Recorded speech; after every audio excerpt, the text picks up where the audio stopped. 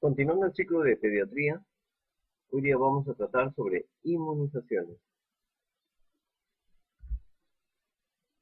Esta diapositiva tiene la finalidad de que recordemos que la inmunidad es una propiedad que tiene el microorganismo vivo.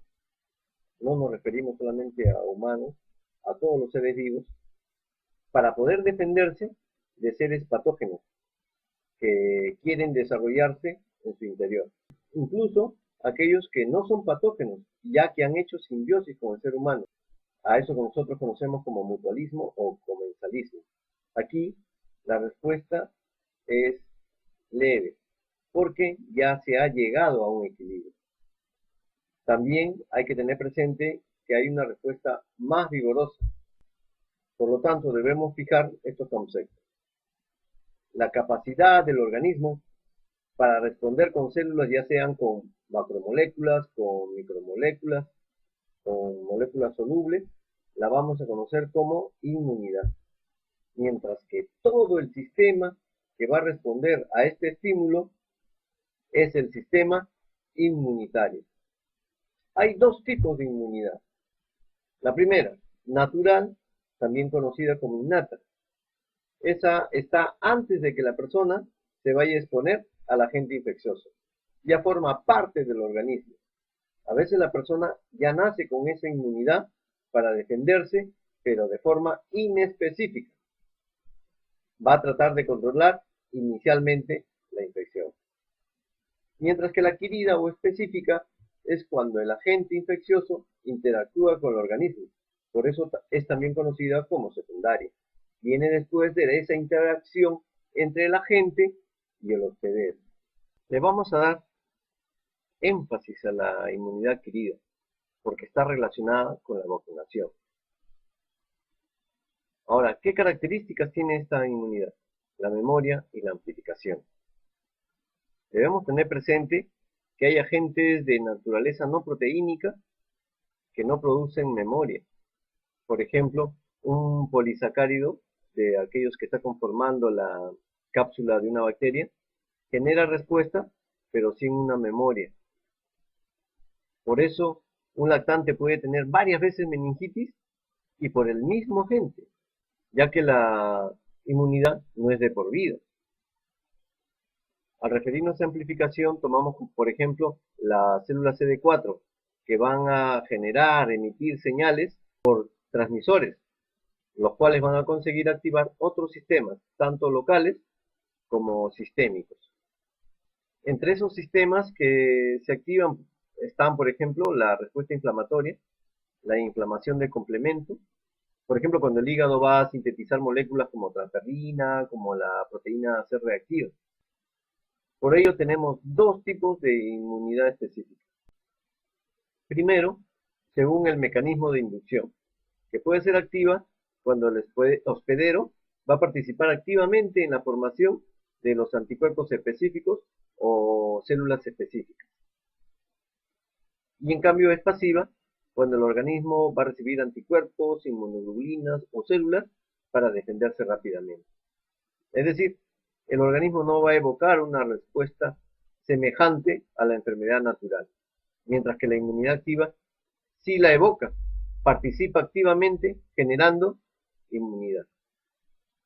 Por otro lado, hay una clasificación fundamentalmente celular, cuando uno se refiere a los componentes del sistema inmune.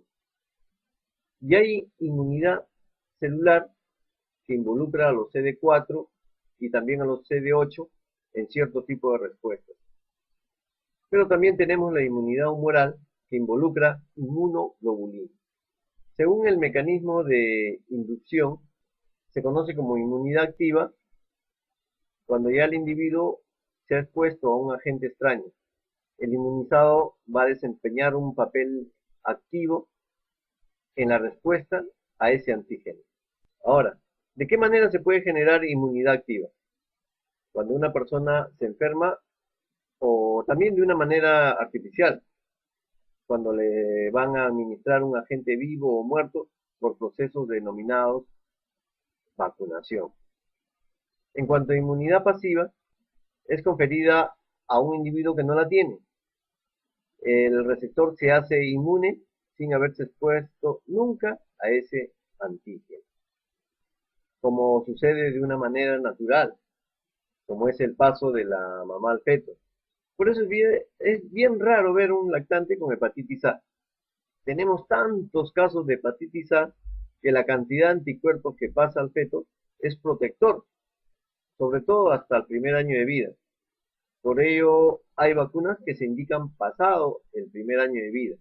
Por ejemplo, tenemos la triple viral, que no puedes colocarle antes porque los niveles protectores de anticuerpos de la madre pasan al bebé y lo defienden por un tiempo. También lo tenemos en forma artificial. En una mordedura en la cara, por ejemplo, de un perro que muerde a un niño y bueno, el perro fuga. Y por lo tanto le tenemos que colocar inmunoglobulina antirrábica y también suero antirrábico, que viene a ser una pasiva artificial, porque rápidamente vamos a conseguir los niveles protectores de anticuerpos, que va a impedir la propagación de este virus, que como sabemos es neurovirulento. Ahora, ¿qué pasa si, por ejemplo, le muerde una araña? Supongamos un Loxocel. A las 12 horas ya vamos a tener un dolor intenso, vamos a ver una placa llamada esbozo libeloide, va a recibir suero loxocélico, que como ya nosotros sabemos es heterólogo, o sea, deriva de quino, no es de humanos. Por ello, primero se hace la prueba de sensibilidad y se le va a aplicar inmunidad pasiva. Así el paciente es protegido artificialmente con inmunoglobulina. ¿Qué entendemos por inmunización? Es una acción, un acto del personal de salud que va a conferir una inmunidad mediante la administración de antígenos o de anticuerpos específicos. Esta puede ser activa o pasiva, como ya hemos visto anteriormente. Nos quedamos con el concepto de vacunación o de inmunización tipo activa. A ver, ¿es lo mismo decir vacunación que inmunización? Es bueno tener presente estos conceptos, diferenciarlos, porque no es lo mismo. La inmunización es un todo, tanto la activa como la pasiva. La inmunización pasiva no es vacunación, es solo eso, inmunización pasiva. En cambio, la activa sí se le conoce como vacunación. Por lo tanto, la vacunación viene a ser una forma de inmunización de tipo activa al cual se le administra una vacuna que puede ser total o la parte de un microorganismo. O también podría ser una parte modificada o simplemente una toxina inactivada. También una fracción proteínica que es obtenida ahora por ingeniería genética. Podrían ser también polisacáridos purificados y en fin, tantas. ¿Y para qué nos vacunamos? Es para evocar una respuesta inmune que se parezca a la infección natural. Eso es lo que buscamos, que se parezca lo mejor posible a una infección natural.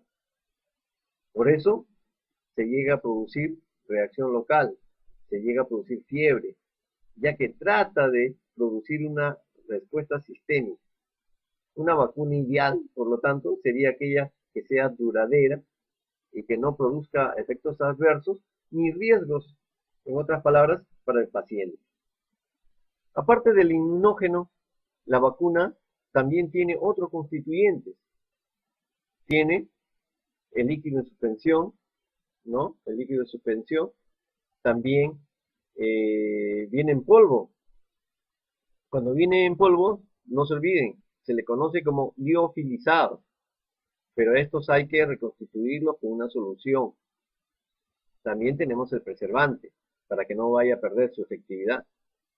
También tenemos el estabilizante, incluso antibióticos, porque hay tantas maneras de contaminar a estas vacunas, ya en el serum ustedes van a ver en directo el manipuleo, el manejo de nuestras vacunas que van a ir a los niños. Por lo tanto, se van a dar cuenta de la importancia de que tengan antibióticos. Entre los antibióticos más usados están la neomicina y la bacitracina. A veces, el peligro no está en que se vaya a reaccionar contra el componente vivo de la vacuna, pero sí ante al antibiótico. También tenemos adyuvantes que vienen a ser minerales, que tienen por función incrementar esta inmunogenicidad, pero que genera reacción inflamatoria local. Tenemos, por ejemplo, el hidróxido de aluminio, como podemos ver en la vacuna triple. Esta antes se colocaba en el cuadrante externo del glúteo, pero el lactante, como no camina, bueno, no tiene un glúteo desarrollado, y por lo tanto era común que produciera necrosis o abscesos. Por lo tanto, ahora es colocado en la cara anterolateral del muslo. Puede ser tanto el derecho como el izquierdo, más específicamente en la zona del vasto externo. Vamos a hablar ahora sobre tipos de antígenos vacunales. Tenemos los agentes vivos atenuados. Vienen a ser aquellos que tienen la capacidad de replicarse en el organismo, pero no tienen virulencia. Los han atenuado en el laboratorio. Pueden ser bacterias y virus. En los bacterianos tenemos, por ejemplo, la BCG, que tiene un componente del Mycobacterium bovis, no es el tuberculosis. También hay complementos inactivados que tienen toda la bacteria o el virus completo, y las virales que tienen el virus muerto y también inactivado. También tenemos las fracciones, las partes de las moléculas inmunogénicamente activas, y también las subunidades virales. La vacuna de la hepatitis B es el antígeno de superficie, pero no es obtenida de sujetos que hayan tenido hepatitis B. Estas han sido obtenidos por técnicas genéticas. Específicamente estamos hablando del DNA recombinante. Ahora, en las personas inmunodeprimidas, ¿qué tipo de vacuna deberíamos usar? En personas inmunodeprimidas debemos preferir los agentes muertos e inactivados. También subunidades y toxoides que no se van a replicar. Y no usar agentes vivos atenuados, porque puede producir enfermedad post-vacunal, ya que podrían mutar y hacer una cepa patógena y virulenta, ya que el individuo en estas condiciones de inmunodepresión, por ejemplo, están recibiendo quimioterapia, ya no es capaz a veces ya de detener la replicación del agente. Por ejemplo, se ha visto en niños con VIH, en los cuales nacieron de mamá que era portadora, que tenían el VIH, pero que se hizo un diagnóstico tardío. Y al hacerse un diagnóstico tardío, se le pusieron todas sus vacunas, pero no han hecho ninguna enfermedad post-vacunal. Pero de todos modos, la recomendación es clara y precisa. En personas inmunodeprimidas es mejor usar agentes muertos e inactivados.